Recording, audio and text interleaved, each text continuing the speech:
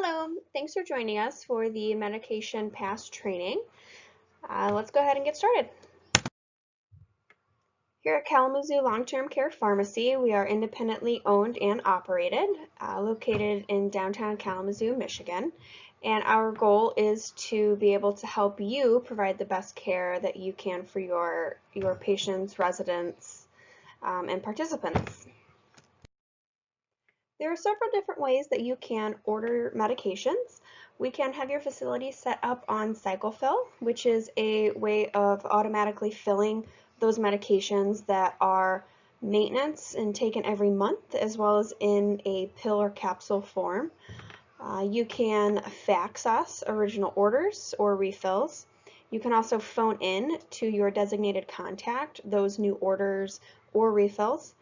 Our pharmacy is staffed Monday through Friday from 8 a.m. to 5 p.m. and we have a technician and pharmacist on call at all times. So we are available 365, 24/7. You can also message or electronically request refills through the EMR system if that is something that you're using. Part of the service that we offer to you is medication delivery. Upon arrival, it is very important that the contents of that tote or box is double checked and crossed with the package slip to ensure it matches correctly. Any discrepancies, anything that's missing, should be reported to us immediately so that we can correct that.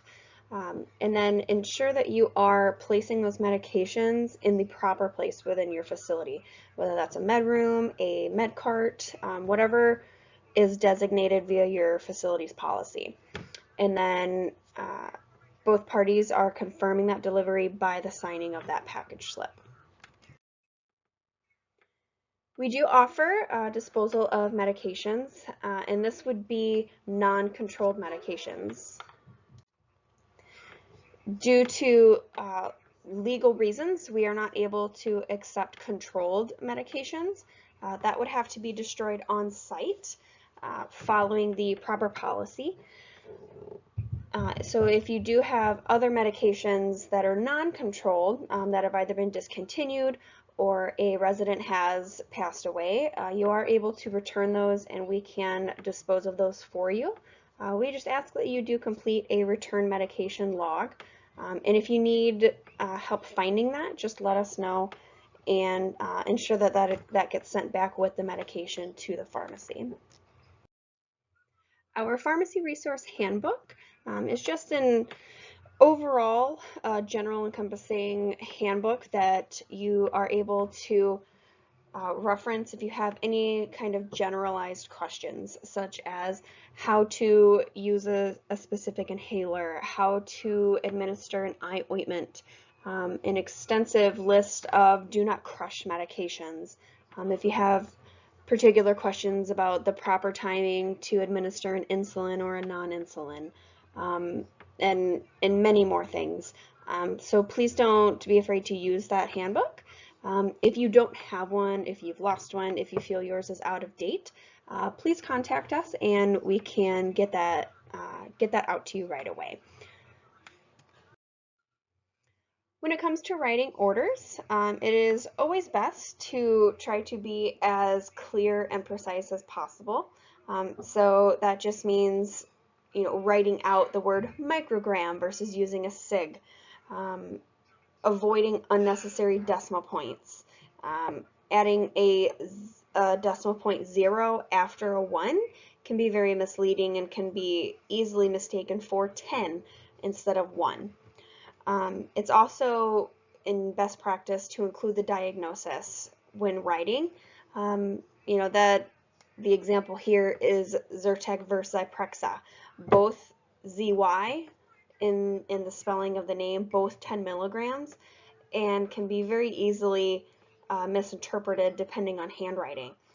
But if you include congestion, Zyprexa is not used for congestion, so that helps to just add one more step to ensure that the correct thing is written and then dispensed.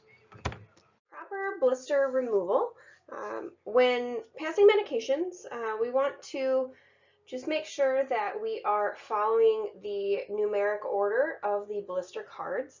So that means when you're pulling a card out to pass to a resident, you're not passing a medication out of the number 29, and then tomorrow you're going to do it out of the number 15, and then the day after that you're going to do it out of number 7, and then maybe the following day then you'll start doing 1, 2, 3, 4, 5.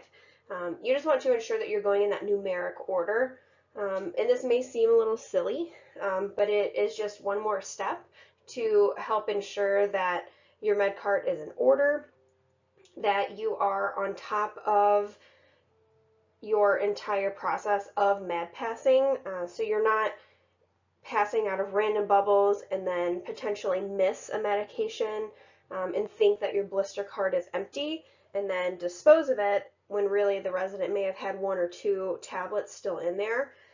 Some of these tablets can be very small, and they can be very hard to see, especially against the silver foil. So by going 1, 2, 3, 4, 5 in that numeric order until the card is empty is helping you to ensure that you're not missing any medications. And then it's also just keeping your med cart a little more orderly. You want to also make sure that you're removing any of that excess foil or paper behind the blister card. And this, again, may seem silly, but that is just that much more space that's being taken up in your med cart. It makes it that much harder to slide the blister cards in and out if there's all these little tags that the other cards are catching on. So if you can, just take that extra 2-3 seconds to kind of clear out that extra paper, extra foil.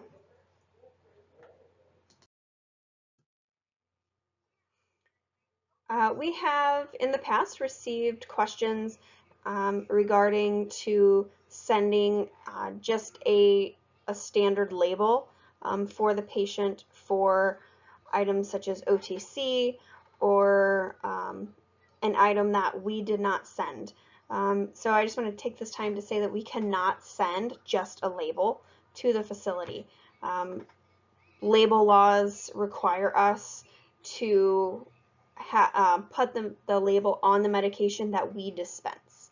So even if the doctor has written for a prescription for Miralax or Docusate or 81 milligram aspirin, and the resident's family member decides to go to Costco or Sam's and buy a bulk amount of that, we still cannot send a label even if the doctor wrote the prescription, because we need to be the ones dispensing that if we're giving out a label. If you have any further questions or issues with this, please don't hesitate to reach out, and we can discuss that further for you. Just a quick touch on HIPAA compliance as far as MedPass goes. You want to ensure that you're covering any kind of confidential information, whether that's a binder, if you're using paper MARs, if you're using an EMAR system utilizing their privacy safety feature that covers the screen. And then also just use caution when you're speaking. Don't yell down the hallway that Mrs. Smith needs her Imodium again today. Anything like that. Just less is more, and ensure that you're using all caution that you can. Even if you don't think anybody's going to walk by, if anybody's going to look or see anything, or if you feel that, oh, the only people here is everybody that already knows, what Mrs. Smith is on, that doesn't constitute being able to just leave it out in the open. Still ensure that you're covering up anything confidential. The secret to medication safety is to always read. Read the resident's name, read all of the directions on the MAR, read the prescription label, read the unit dose label, and to read any auxiliary labels that may be there. If you have any problems, if you have any questions, please do not hesitate to give us a call. Here are our phone numbers, as I'm sure you'll have them in various locations across your facility. You can always call us, you can always send us a fax, you can call your main point of contact, Our 24-hour on-call phone number is also provided here. You can visit our website. You can always send either Beth or Eric an email, or you can, again, send your point of contact an email as well. We're always here, so please don't hesitate to ask any questions or ask for any kind of clarification of anything. So I hope that this has provided you with a little bit more information as to the proper way to pass medication at your facility. If you do have any questions, if you're not able to fully remember everything that I've gone over, please don't hesitate to check your pharmacy resource handbook, reach out to us here at the pharmacy, ask any superiors at your facility. Just please, if you have questions, ask. It's always better to ask a question than to assume what you might have to do and do it incorrectly. So thanks so much for taking the time to review this, and have a great day.